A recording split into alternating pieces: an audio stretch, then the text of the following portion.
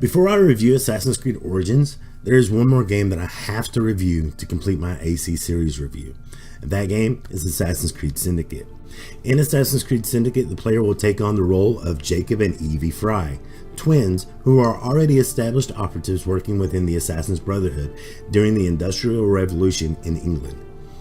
Henry Green, who is an associate, has written a letter to them requesting aid in London, letting them know that the Brotherhood has already fallen within the city.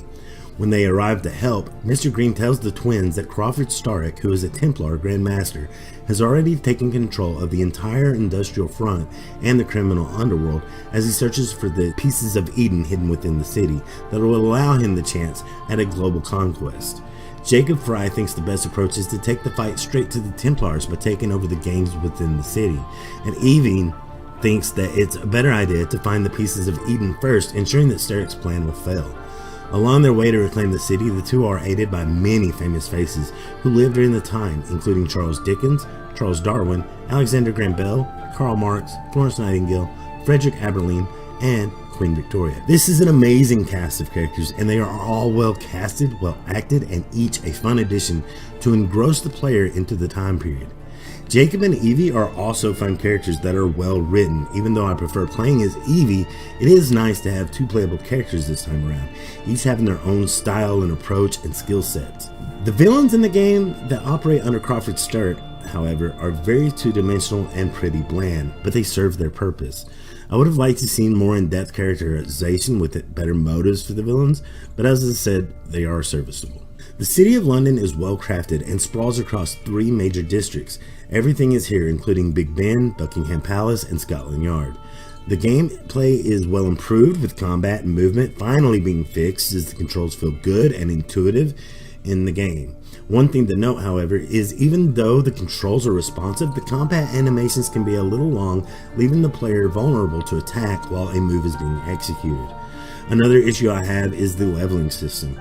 In order to level up to the proper level to unlock all the things you would want in the skill trees, you will have to partake in some side activities, which can be fun at first, but the problem is there is only 4 or 5 of these activities that really just repeat themselves, whether it be freeing children from their labor masters, seeking out the Templar and killing him, or stealing a resource cart, etc., etc.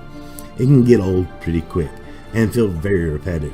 Thankfully, there are other side missions to help, some, but not completely. These other side quests can be very fun, like tracking down Jack the Ripper, or doing a mission for Arthur Doyle that feels like it's ripped straight from the pages of a Sherlock Holmes story. These are actually neat and inspiring, and I wish there was more quests like this to occupy my time instead of repeating activities that plague the rest of the grind towards fully unlocking the tree. Overall, the game is a fantastic romp in 19th century England. London is well crafted with many interesting characters, including the two leads. The story could use some stronger villains with some stronger motivations, and the gameplay is well refined, yet repetitive during activities, making the grind really stand out. I had a good time with Assassin's Creed Syndicate, but at the end of the day, it fails to seek the greatness that Assassin's Creed 2 and Assassin's Creed 4 once accomplished by propelling the franchise forward. Assassin's Creed Syndicate gets an 8 out of 10 for me. But what do you think? Did you play Assassin's Creed Syndicate?